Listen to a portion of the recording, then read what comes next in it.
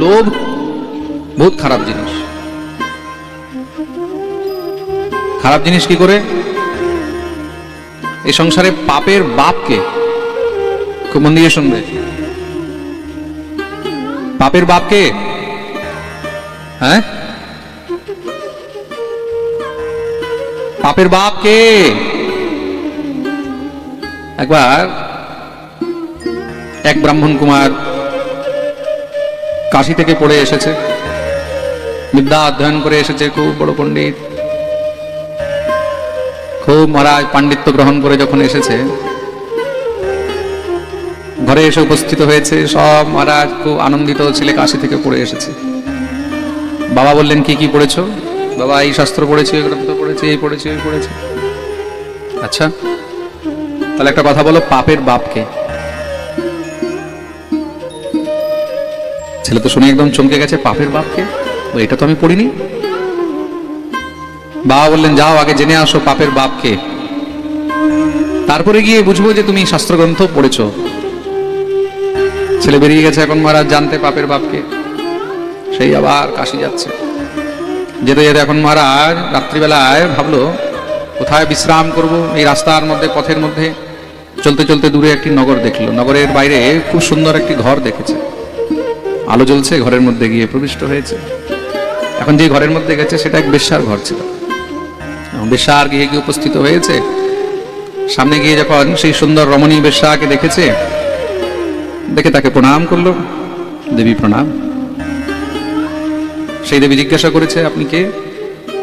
আমি এক পথিক, আমি দূর দেশ যাচ্ছি, কাশী যাচ্ছি, রাত্রে এখানে একটু বিশ্রাম করতে চাই, এমন ব্যবস্থা হবে? বেশ্যা বললেন, ঠিক আছে, নিশ্চয়ই, আপনি তাহলে এখানে বিশ্রাম করুন। বলে সুন্দর আসন দিয়েছে। আসনে যখনই বসেছে, সেই বেশ্যা তখন বলছে, আজকে আমার অহোভাগ্য, আজকে আমার এখানে এক ব্রাহ্মণ এসে উপস্থিত হয়েছে, এক পড়ুয়া ব্রাহ্মণ, জ্ঞানী বিদ্বান ব্রাহ্মণ এখানে এসে উপস্থিত হয়েছে। আপনি খুব কৃপা করলেন আমার উপরে, আমি তো অতি অধম, আমি একজন বেশ্যা। যখনই বলেছে আমি বেশ্যা, বেশ্যা শুনেই তো একদম মাথা ঘুরিয়ে গেছে। আমি বেশ্যার ঘরে চলে এসেছি, ছি ছি ছি ছি। দেবী, আমার ভুল হয়ে গেছে, অপরাধ হয়ে গেছে, আমি এসে গেছি। না না, আমি আর থাকবো না, আমি যাচ্ছি। বেশ্যা বললেন, কি বললেন আপনি? আপনি নিজেই বললেন আমি এখানে বিশ্রাম করতে চাই, ব্যবস্থা হবে, আমি আপনাকে ব্যবস্থা করে দিলাম, আর এখন আপনি বলছেন আমি থাকবো না? ছি ছি ছি ছি, তুমি আগে বলনি তুমি বেশ্যা? আমি একজন ব্রাহ্মণ কুমার, আমি একজন নিষ্ঠাবান, আমি এখানে তোমার ঘরে থাকবো? আমার তো ধর্মভ্রষ্ট হয়ে যাবে। ছি ছি, বেশ্যার ঘরে আমি রাত্রিবাস করবো? না না, আমি চলছি। ভুল, আমাকে তো গঙ্গা স্নান করতে হবে, আর কোনো উপায় নেই, কি করে আমি পবিত্র হবো? বেশ্যা গৃহে এসেছি। সেই বেশ্যা প্রণাম করে মাটিতে পড়ে গেছে। কৃপা করুন, এইভাবে আপনি এসে আমার ঘরের মধ্যে কিছু গ্রহণ করলেন না, আতিথ্য স্বীকার করলেন না, চলে যাবেন, আমার অপরাধ হবে। কিছু না হোক, আপনি কিছুক্ষণ তো বিশ্রাম করুন। না না, আমার বহুত কাজ আছে, কিছু জানার জন্য বেরিয়েছি। আচ্ছা, কি জানতে বেরিয়েছেন? আমি জানতে বেরিয়েছি এই সংসারে পাপের বাপকে। বেশ্যা শুনে হাসতে লাগলেন। আচ্ছা, বাস এতটুকু? ঠিক আছে, সেই উত্তর আমি আপনাকে বলে দেবো। আমি আপনাকে বলে দেবো পাপের বাপ কে। আপনি বসুন, আসন গ্রহণ করুন। ও আচ্ছা, তুমি জানো? হ্যাঁ, আমি জানি। আমি আপনাকে উত্তর বলে দেবো, আপনি গিয়ে ঘরে জানিয়ে দিয়ে। ব্রাহ্মণ বলল, আচ্ছা ঠিক আছে, বলো। বেশ্যা বলল, আপনি কিছুক্ষণ এখানে বিশ্রাম তো করুন, আগে আসন গ্রহণ করুন। আচ্ছা ঠিক আছে, বসছি। বেশ্যা বললেন, দেখুন, আপনি এখন এসেছেন আমার গৃহের মধ্যে, তাহলে এখানে কিছু অন্ন জল গ্রহণ তো করুন, অল্প হলেও কিছু অন্ন জল গ্রহণ করুন। কি বলছো তুমি? তোমার এত বড় সাহস? তোমার এখানে অন্ন গ্রহণ করবো? বেশ্যার গৃহে অন্ন গ্রহণ করবো? বেশ্যা বললেন, দেখুন, আপনি যদি আমার গৃহে অন্ন গ্রহণ করেন, আমি আপনাকে 10টি স্বর্ণমোহর দেব দক্ষিণা। আর দেখুন, কেউ জানবেও না, আপনি জানলেন, আমি জানলাম, কেউ তো আর জানবে না। 10টি স্বর্ণমোহর আমি আপনাকে অর্পণ করব। যখন বলেছে 10টি স্বর্ণমোহর, শুনেই তো এবার মনে মনে বিচার করছে, 10টি স্বর্ণমোহর কোথায় পাওয়া যায়, কে বা দেবে?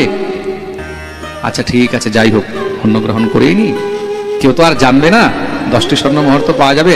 আচ্ছা ঠিক আছে, একটা কাজ করো, তুমি চাল ডাল সব এনে দাও, আমি রন্ধন করে নিয়ে নেব। বেশ্যা বললেন ঠিক আছে। চাল ডাল ইত্যাদি সব মহারাজ আয়োজন করে হঠাৎ করে বেশ্যা এসে বলছেন, মহারাজ সব আমি জোগাড় করে দিয়েছি, এত কিছু করলাম, আমি ভাবছি যদি নিজের হাতেই একটু রন্ধন করে আপনাকে অর্পণ করতাম, নিজের হাতে রন্ধন করে যদি আপনাকে একটু খাওয়াতে পারতাম, তাহলে আমার জীবন ধন্য হয়ে যেত। ছি ছি ছি ছি ছি, রাম রাম রাম, কি বলছো? আমি তোমার হাতে অন্ন খাবো? একজন বেশ্যার হাতে অন্ন খাবো? মহারাজ আপনি যদি আমার হাতে রন্ধন গ্রহণ করেন, আমি আপনাকে 50টা স্বর্ণমোহর দেব,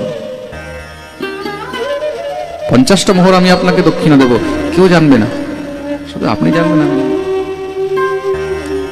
এবার তো সেই ব্রাহ্মণ কুমার মনে মনে ভাবছে, 50টা স্বর্ণ মুদ্রা, আরে কি আছে, একটু হাতে খেতেই তো হবে, ঠিক আছে খেয়ে নেবো, খেয়ে দিয়ে পরে যাওয়ার সময় গঙ্গায় স্নান করে চলে যাব, কে আর দেখছে, কে জানছে। সুন্দর করে রন্ধন করে সামনে দিলেন। ব্রাহ্মণ কুমার এবার যখন মহারাজ ভোজন গ্রহণ করতে গেছে, বেশ্যার সঙ্গে সঙ্গে থালটাকে একটু টেনে দিয়েছে। আরে দাঁড়ান দাঁড়ান দাঁড়ান দাঁড়ান, কি হয়েছে? মহারাজ এত কষ্ট করে আমি এগুলোকে রন্ধন করলাম, আমার খুব ইচ্ছা আমি নিজের হাতে আপনাকে একটু খাওয়াবো, আমি নিজ হস্তে আপনাকে একটু খাওয়াতে চাই। ব্রাহ্মণ কুমার বললেন, ছি ছি ছি ছি ছি, কি বলছো তুমি? তোমার হাতে আমি খাবো?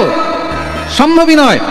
মহারাজ বেশি না, শুধু 1 গ্রাস আমি আপনাকে খাওয়াতে চাই, আমি তার বদলে আপনাকে 100টি স্বর্ণ মুদ্রা দক্ষিণা দেব। যখনই শুনেছে 100টি স্বর্ণ মুদ্রা, আর মন কি মানে? আচ্ছা ঠিক আছে দেবী, তুমি যদি বলছো ঠিক আছে, কিন্তু 1 গ্রাসই খাবো তোমার হাতে। বলে যখনই মুখের মধ্যে খাওয়াতে গেছে, মুখ আগে ব্রাহ্মণ বাড়িয়েছে, সঙ্গে সঙ্গে গ্রাসটাকে নিচে ফেলে দিলেন। গ্রাসটাকে নিচে ফেলে দিলেন। নিচে ফেলতেই ব্রাহ্মণ কুমার একদম চমকে গেল, এই কি করলে? খাওয়াতে গিয়ে গ্রাস ফেলে দিলে? বলে উঠুন এখান থেকে।